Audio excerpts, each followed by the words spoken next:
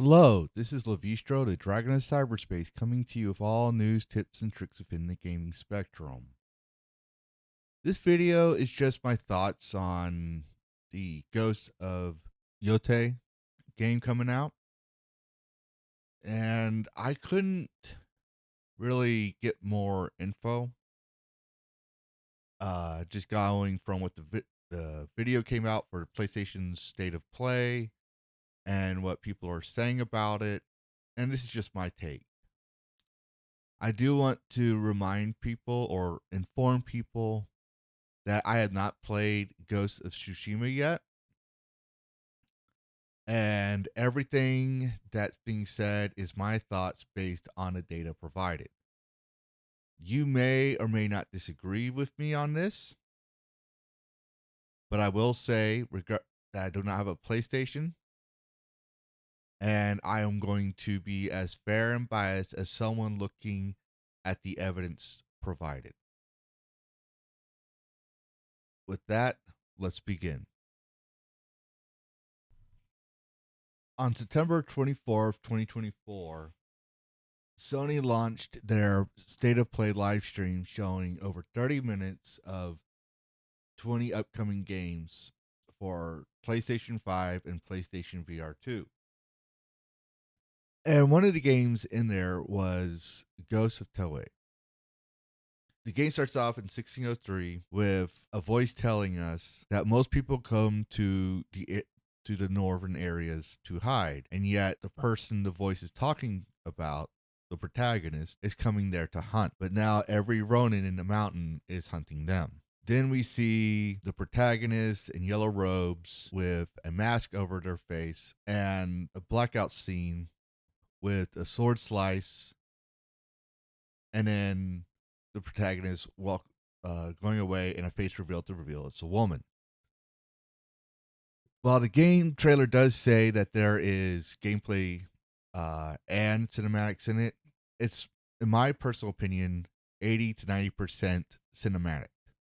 We do see horses running in the meadows. We do see the player riding their horse. We do see the player walking around, but we don't see combat mechanics. We don't see certain gameplay features. And usually I go by the rule, if it doesn't show a lot of gameplay cinematics, it's usually shit. The game's visuals do look stunning and amazing. I will give it that. And they haven't come around and verbally said anything like the character is a girl boss, but you play as a female character. And some people are taking this as the game's going to be woke. And to be fair, a lot of games have come out replacing or gender swapping characters with female characters that could do anything. They're basically Superman. We've seen this in games, movies, everything else. So I can understand the concern and the fear. But just by the gameplay alone, I have not seen anything to say that it's overtly woke. Now, remind you, I have not played Ghost of Tsushima. And so I'm going to go by the evidence presented and what I've seen. Based on the video, these are the things that I can say is in the game. It's mostly cinematic with a little bit of gameplay showing walking around and horseback riding.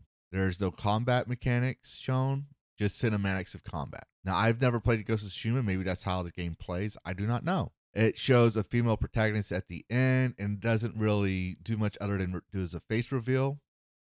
And the song tries to give it a wild western theme through Japanese instruments. And the game, as I've said, is visually stunning. Now let's go through the company's reputation. The company has made games like the Infamous series, the Sly Collection, and Ghost of Tsushima. All games have an average of 8 in the user rating scores on Metacritic. Only one game has a user score of 7. If they keep with past traditions and they don't force DIE onto players, they shouldn't have a problem. I do recommend they alleviate people's fears by saying we love the game and It's just like Ghost of Tsushima. We just wanted to play. We just wanted to tell the same story in the universe from a female perspective, and try to be respectful of the people who are concerned. Then that should go well. Like it just even addressing the fact and saying no, we don't have DIE in that sense, or they even have to say that. They could just say it's just a game with a woman in it. It's not like she's not replacing the original character. It's just another story from a different timeline, a different time period with the same mechanics that you love and enjoy. And we try to be respectful of everybody's concerns. So we just want to make a good game.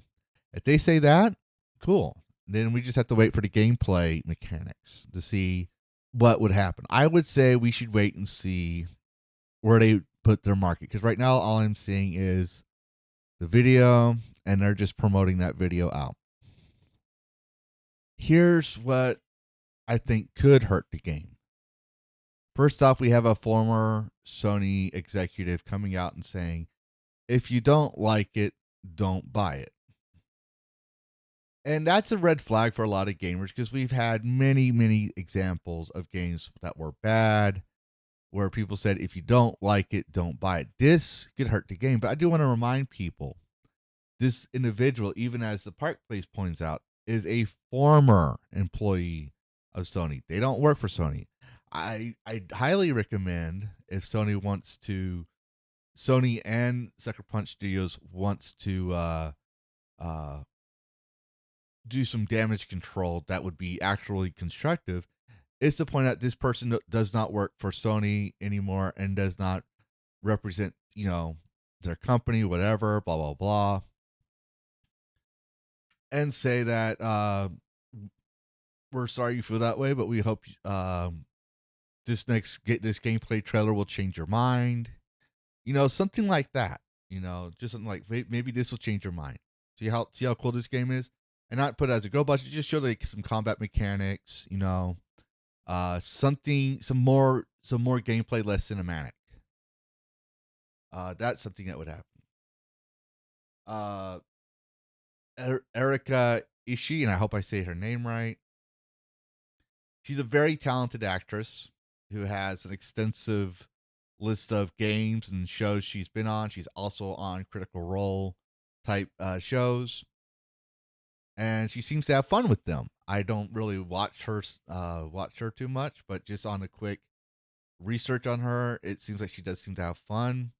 Yes, she has some very progressive and woke politics, and I hate to tell y'all this, but a lot of people within that community, the acting community and this Hollywood, and even in game design, we have to admit they have those politics.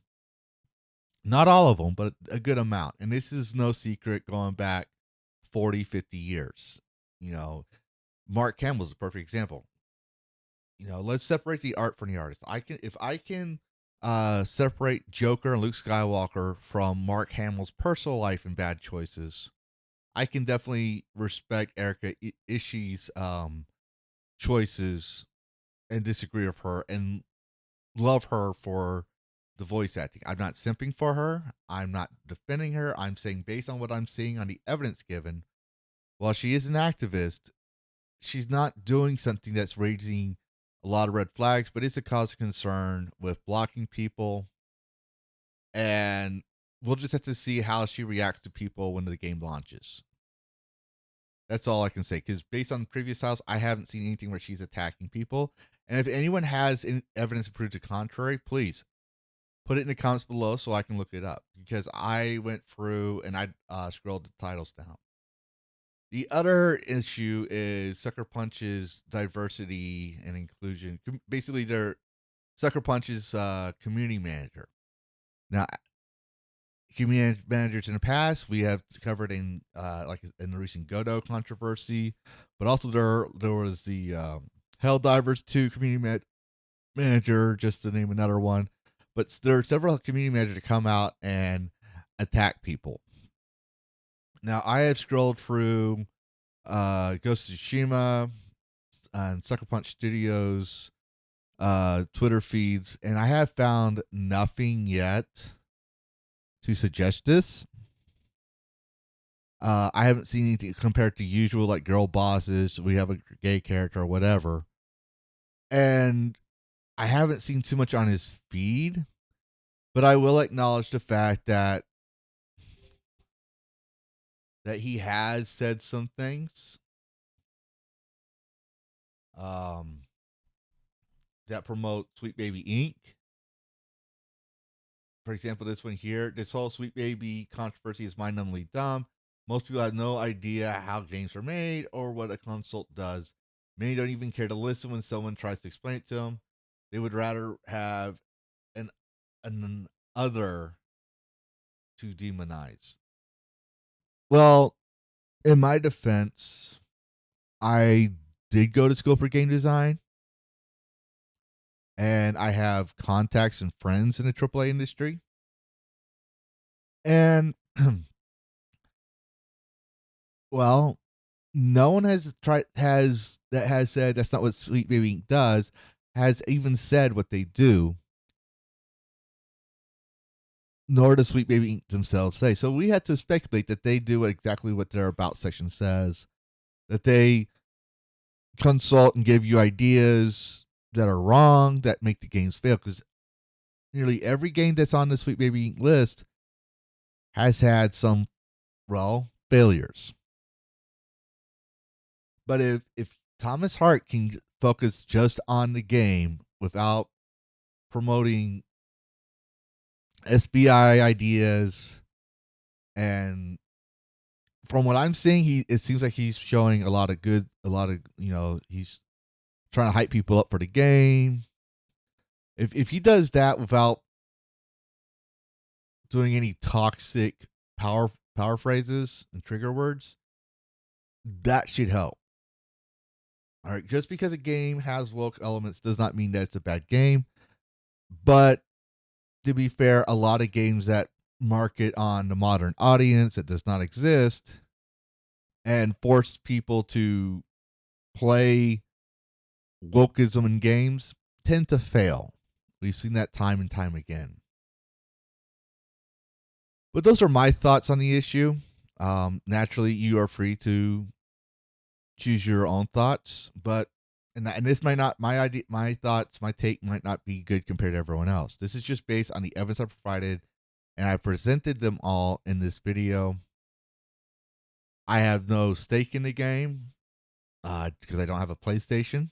I'm just covering gaming news, and I think that a lot of YouTubers need to step back and think. Yeah, just because someone may not have your political viewpoint, and empirical evidence shows that these type of people do tend to be unhinged and will say things crazy and will make the game suck. Let's look at the resume of what they have, their past that individual's past evidence, and measure it to the game itself, and say yes, there may be some cause for concern, but we don't have enough evidence yet to make that a fair judgment. So this will be my only Ghost of Yotei video unless further evidence comes out that makes me say yes, it's it's going to be a horrible game, or no, it's a really good game. So I'm sorry if you were expecting my opinion to be concrete. My opinion is there's not enough evidence to make me want to go get a PlayStation and get the game, nor say the game is going to suck. The trailer to me was mid. I mean, it was very, don't get me wrong, it had a lot of pretty colors, a lot of visual effects and all that. But I haven't seen anything that says, yes, I want to get a PlayStation. Stellar Blade almost made me go get it. And you don't have to have Eve in the game to make me want to go get it. But I would like to see more gameplay mechanics. Or tell me it's coming on PC and I'll play it then. But then again, I haven't played Ghost of Tsushima yet because that's the thing that's going to cause them to fail somewhat, is requiring a PlayStation Network account. Now, Ghost of Tsushima, as a disclaimer, Sucker Punch Studios was forthcoming, says you need that for the multiplayer part of the game, but you don't need the account if you're just going to play single player. So those are my thoughts. What are your thoughts, viewers? Do you agree with me on this statement? Is there something I'm missing that I'm overlooking? Put your thoughts in the comments below, and as always, happy gaming.